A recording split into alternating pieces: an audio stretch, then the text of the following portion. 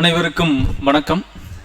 So இந்த ஆண்டு TNPSC எக்ஸாம்ஸை பொறுத்த வரைக்கும் தேர்வுகளின் ஆண்டு அப்படின்னு நம்ம சொல்லலாம். இந்த வருஷம் நமக்கு வரிசையாக குரூப் 2 ரிசல்ட் வந்துச்சு. அடுத்து குரூப் 4 எக்ஸாமினேஷன் முடிஞ்சது. கமிங் 13th நமக்கு வந்து குரூப் 1 எக்ஸாமினேஷன் வரப்போகுது. இதுக்கு அடுத்தது இமீடியட்டாக செப்டம்பரில் குரூப் 2 வரப்போகுது. ஸோ இந்த வருஷம் குரூப் 1, குரூப் 2, குரூப் 4 எல்லா எக்ஸாமும் நடந்திருக்கு. மெயினாக குரூப் 2 எக்ஸாமுக்கு ரிசல்ட் வந்திருக்கு. அப்படிங்கிற அளவுக்கு டிஎன்பிஎஸ்சி ரொம்ப சுறுசுறுப்பாகவும் பரபரப்பாகவும் ஆயிட்டாங்க. இப்போ நமக்கு ஆஸ்பிரண்ட் நம்ம கண்ணுக்கு முன்னாடி இருக்கிற ரொம்ப முக்கியமான ஒரு எக்ஸாமினேஷன் அப்படின்னு சொல்கிறது குரூப் 1 எக்ஸாமினேஷன். தமிழ்நாட்டுடைய டாப் மோஸ்ட் சிவில் சர்வீஸ் போஸ்டான டெப்யூட்டி கலெக்டர், டிஎஸ்பி இது மாதிரி இருக்கிற போஸ்ட் எல்லாத்துக்குமே நம்ம ஆசைப்பட்ட மாதிரி போகணும் அப்படின்னா இந்த குரூப் 1 நம்ம கிளியர் பண்ணணும். ஸோ இந்த குரூப் 1 எக்ஸாமினேஷன் அப்படிங்கிறது ஸோ ரொம்ப ரொம்ப ரொம்ப இம்பார்ட்டண்ட். பல லட்சக்கணக்கான தேர்வர்கள் ரொம்ப சின்சியராக அதுக்கான எஃபர்ட்ஸ் போட்டுட்ருக்குறாங்க. எத்தனை லட்சம் பேர் அப்ளை பண்ணாலுமே குரூப் 1 மாதிரியான எக்ஸாமுக்கு வந்து ஒரு சீரியஸான காம்படிஷன் அப்படிங்கிறது ஒரு 25,000 30,000 பேர் 40,000 பேர் அதுக்குள்ளே தான் ஓரளவுக்கு சீரியஸாக படிக்கக்கூடிய கேண்டிடேட்ஸ் இருப்பாங்க. பட் இந்த டைம் என்ன ஆச்சு அப்படின்னா, இந்த குரூப் 2 மெயின்ஸ் எழுதி முடிச்சுட்டு ரிசல்ட் வராத ஆட்கள் இமீடியட்டாக படிக்க ஆரம்பித்தாங்க. குரூப் 4 எக்ஸாமினேஷனுக்கு நல்லா ப்ரிப்பேர் பண்ணவங்க இந்த இமீடியட்டாக குரூப் 1 வரதால அதில் இருக்கிற லாங்குவேஜ் போர்ஷனை மட்டும் விட்டுட்டு ஜிஎஸ் போர்ஷனுக்கு நல்லா கான்சென்ட்ரேட் பண்ண ஆரம்பித்தாங்க. இந்த வருஷம் டெஃபினட்டாக அடுத்து குரூப் 2 வரப்போகுது அப்படிங்கிறதுக்கால நிறைய பேர் படிக்க ஆரம்பித்தாங்க. அதனால கம்பேரிட்டிவ்லி எப்போவுமே எப்படி வரும் அப்படின்னா, குரூப் 1 எக்ஸாமினேஷன் ஒரு வருஷத்தில் வருதுன்னா அதுக்கு முன்ன பின்ன வர எக்ஸாமுக்கு நடுவில் நிறைய கேப் இருக்கும். 5 மாதம் 6 மாதம் அப்படிங்கிற மாதிரியான ஒரு பெரிய கேப் கொடுப்பாங்க.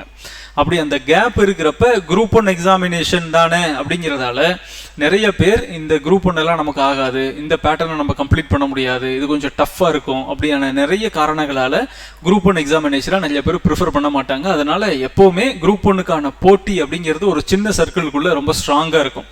ஆனால் இந்த தடவை குரூப் 2 முடிச்சுட்டு எழுதினவங்க, குரூப் 4 எழுதி முடித்தவங்க, குரூப் 1க்கு அடுத்த குரூப் 2க்காக எழுதிட்டு இருக்கிறவங்க, லாஸ்ட் குரூப் 1ல விட்டவங்க, ஸோ எல்லாமே கடந்த 6 மாதத்துக்குள்ள கடந்த குரூப் 1ல ரிசல்ட் வராதவங்க, குரூப் 2ல ரிசல்ட் வராதவங்க, குரூப் 4 நல்லா படித்தவங்க, அடுத்த குரூப் 2க்காக நல்லா தீவிரமாக படிக்க ஆரம்பித்தவங்க அப்படிங்கிறதால ஒரு ஷார்ட் ஸ்பேன் ஆஃப் டைமில் நிறைய எக்ஸாம் ரொம்ப கான்சன்ட்ரேட்டடாக வந்துக்கிட்டே இருக்கிறதால இந்த வாட்டி நடக்கிற குரூப் 1 டெஃபினட்டாக மற்ற இதுக்கு முன்னாடி நடந்த எக்ஸாம்ஸை விட கொஞ்சம் டஃப்பாக தான் இருக்கும். ஏன் இந்த டஃப்னஸ் கூடுது அப்படின்னா அதுக்கான ரியல் ஃபேக்ட் வந்து இந்த ஃபேக்ட் தான். கிளியர். ரெண்டாவது, இந்த குரூப் 1 எக்ஸாமினேஷன் அடுத்தது எப்போ வரும் அப்படிங்கிறதுல நிறைய பேருக்கு சந்தேகம். எல்லா எக்ஸாமும் படபடன்னு இந்த வருஷம் நடத்தி முடிச்சிட்டாங்க, அடுத்தது நமக்கு எப்போ வரும் அப்படிங்கிற விஷயமும் நமக்கு தெரியாது. அப்போ இந்த போட்டியிலிருந்து நாம் வெற்றி பெற்று முன்னாடி வரணும் அப்படின்னா இது நாள் வரைக்கும் நீங்கள் படித்த அந்த படிப்பை, நீங்கள் இது வரைக்கும் ப்ரிப்பேர் பண்ண அந்த தயாரிப்பை ஒரு ஷார்ப்பாக ஒரு கூர்மைப்படுத்த வேண்டிய இடத்துல நம்ம இருக்கிறோம். இன்னும் நமக்கு ஒரு 10 நாள் டைம் இருக்குது. ஸோ சிக்ஷா பை ஸ்வாதிகா சார்பாக கமிங் சண்டே 7ஆம் தேதி, ஜூலை 7ஆம் தேதி நமக்கு குரூப் 1க்கான state level free full model test நமக்கு நடக்க போகுது.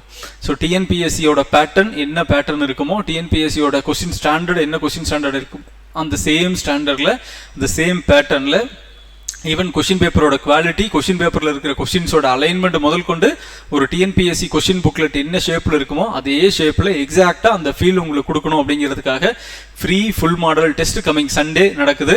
ஆன்லைன்லேயும் நடக்குது, ஆஃப்லைன்லேயும் நடக்குது. கோயம்புத்தூர் இன் அண்ட் அரௌண்ட் கோயம்புத்தூரில் இருக்கிறவங்க டைரெக்டாக கோயம்புத்தூரில் நம்ம ராம்நகரில் இருக்கிற சென்டரில் வந்து எக்ஸாம் எழுதலாம். அதே மாதிரி அதர் தென் கோயம்புத்தூர் இல்லை ரொம்ப வெரி ஃபார் வேறு தொலைவில் இருக்கிற மாவட்டங்கள் அப்படிங்கிறவங்க உங்களுக்காக இந்த டெஸ்ட், இந்த சேம் டெஸ்ட் அப்படியே ஆன்லைனில் நடக்கும். ஸோ காலையில் எக்ஸாம் நடந்து முடிச்சதுக்கப்புறம் அன்னைக்கு ஈவினிங்கே உங்களுக்கு ஸ்டேட் லெவலில் அந்த எக்ஸாம் எழுதுனவங்களிருந்து மார்க் லிஸ்ட், ரேங்க் லிஸ்ட் உங்களுக்கு வந்துடும். ஸோ ஒரு எக்ஸாமினேஷனுக்கு கரெக்டாக ஒரு வாரத்துக்கு முன்னாடி ஒரு டிஎன்பிஎஸ்சியோட தரத்தில் கொஞ்சமும் காம்ப்ரமைஸ் பண்ணாமல் ஒரு கம்ப்ளீட் குவாலிட்டியான ஒரு குரூப் 1 மாடல் டெஸ்ட் நீங்கள் எழுதணும் அப்படின்னு நீங்கள் நினச்சிங்கன்னா கீழே டிஸ்கிரிப்ஷனில் ஒரு கூகுள் ஃபார்ம் இருக்குது. அதில் நீங்கள் உங்களுக்கான டீட்டெயில்ஸ் எல்லாமே கொடுத்து நீங்கள் ரெஜிஸ்டர் பண்ணிக்கலாம். ஒன்லி ரெஜிஸ்டர்டு ஸ்டூடெண்ட்ஸ் மட்டும்தான் அதை எழுத முடியும் அப்படிங்கிறதால யாரெல்லாம் அந்த எக்ஸாம் எழுதி பார்க்கணும் அப்படின்னு நினைக்கிறீங்களோ அவங்க சீரியஸாக அந்த எக்ஸாமை, அந்த ஃபார்மை அப்ளை பண்ணுங்க. அப்ளை பண்ணவங்க எல்லாருக்குமே நீங்கள் அந்த சண்டே அன்னைக்கு எழுதலாம். ரைட். இந்த மாடல் டெஸ்ட்டில் நீங்கள் எழுதுகிறப்போ உங்களுக்கு கிடைக்கிறது என்ன விஷயம் அப்படின்னா ரொம்ப பெரிய விஷயம், இந்த கிளாரிட்டி அண்ட் அன்சீன் ஏரியாஸ். இது வரைக்கும் நீங்கள் ஒரு மாதிரி படிச்சிருப்பீங்க, அந்த எக்ஸாமினேஷன் எப்படி இருக்கும் அப்படிங்கிறப்போ உங்களுக்கு நிறைய பேர் ஃப்ரெஷராக இருக்கிறவங்களுக்கு அந்த பேட்டர்னை பற்றி தெரியாது. அதனால ஒரு குரூப் 1 ஸ்டாண்டர்டில் கொஷின் பேப்பர் எப்படி இருக்கும் அப்படிங்கிற விஷயத்த நீங்கள் கிளியர் கட்டாக புரிஞ்சுக்கலாம். Point number 1. ரெண்டாவது, நிறைய ஏரியாஸ், ரொம்ப முக்கியமான ஏரியாஸ்ல இருந்து டிஎன்பிஎஸ்சி எப்படி எக்ஸ்பெக்ட் பண்ணுவாங்களோ அதே மாதிரி தான் நம்ம கேள்வி கேட்க போகிறோம். அப்படிங்கிறதால அதில் இருக்கிற ஏதாவது ஒரு ஏரியா உங்களுக்கு ஒரு புது ஏரியாவை இதை நம்ம இன்னும் டச் பண்ணாமல் இருக்கிறோம், இதை நம்ம படிச்சிடணும் அப்படிங்கிற விஷயத்த உங்களுக்கு ஒரு ஐடென்டிஃபிகேஷன் பண்ணி காட்டும். அந்த விஷயத்த நீங்கள் ஸ்ட்ரென்தன் பண்ணிட்டு போயிடலாம். அந்த ஏரியாவிலிருந்து கேள்வி வரப்போ நம்ம 100% நம்மளால் பர்ஃபெக்டான ஒரு ஆன்சரை கொடுத்துட முடியும். பாயிண்ட் நம்பர் 3, லாஸ்ட்டாக நடந்த குரூப் 4 எக்ஸாமினேஷன்ல இருந்து ஏகப்பட்ட கொஸ்டின்ஸ், ஜென்ரல் தமிழ் ஆகட்டும், ஜென்ரல் ஸ்டடீஸ் ஆகட்டும், நிறைய கொஸ்டின்ஸ் நம்ம கேட்ட அந்த மாடல் கொஸ்டின்ல இருந்தே டைரக்டாக ரிஃப்ளெக்ட் ஆகி வந்த கொஸ்டின்ஸ், அவ்வளோ கொஸ்டின்ஸ் ரிஃப்ளெக்ட் ஆச்சு. அந்த group 4 test, full model test யாராவது மார்க் டெஸ்ட் எழுதியிருக்கிறவங்க இருந்தீங்கன்னா உங்களுக்கு தெரியும் அதனோட அந்த கொஸ்டின் பேப்பர் எப்படி இருந்துச்சு, எவ்வளோ ஒர்த்தாக இருந்துச்சு, நீங்கள் அந்த கொஸ்டின்ஸ் எவ்வளோ ரிஃப்ளெக்ட் ஆச்சு அப்படிங்கிற விஷயம் உங்களுக்கு தெரியும். அதனால அந்த குரூப் 4ல நீங்கள் என்ன எதிர்பார்த்து வந்தீங்களோ அது என்ன நடந்துச்சோ அதே விஷயம் தான் குரூப் 1லையும் நம்ம கொடுக்க போகிறோம். எந்த காரணத்தை கொண்டும் சிக்ஷாவோட மெயின் மோட்டோவான தரத்தில் எந்த விதமான சமரசமும் இல்லை அப்படிங்கிற ஒரு விஷயத்தை மட்டும்தான் நம்ம மெயின் மோட்டோவாக வச்சுக்கிறோம். அப்படி வச்சுட்டு அந்த கொஷின் பேப்பர் வெரி குவாலிட்டியான டிஎன்பிஎஸ்சி ஸ்டாண்டர்டில் இருக்கிற கம்ப்ளீட்டாக question standard, question paper standard, time standard, இங்கே இருக்கிற இவாலுவேஷன் ஸ்டாண்டர்ட் எல்லாமே டிஎன்பிஎஸ்சி என்ன ஸ்டாண்டர்டை ஃபாலோ பண்ணுவாங்களோ இந்த சேம் ஸ்டாண்டர்டில் நடக்கக்கூடிய ஒரு எக்ஸாம். நல்லா ப்ரிப்பேர் பண்ணிட்டு இருக்கிறவங்க இந்த மார்க் டெஸ்ட்டை நல்லபடியாக எழுதி நீங்கள் யூஸ் பண்ணிக்கோங்க.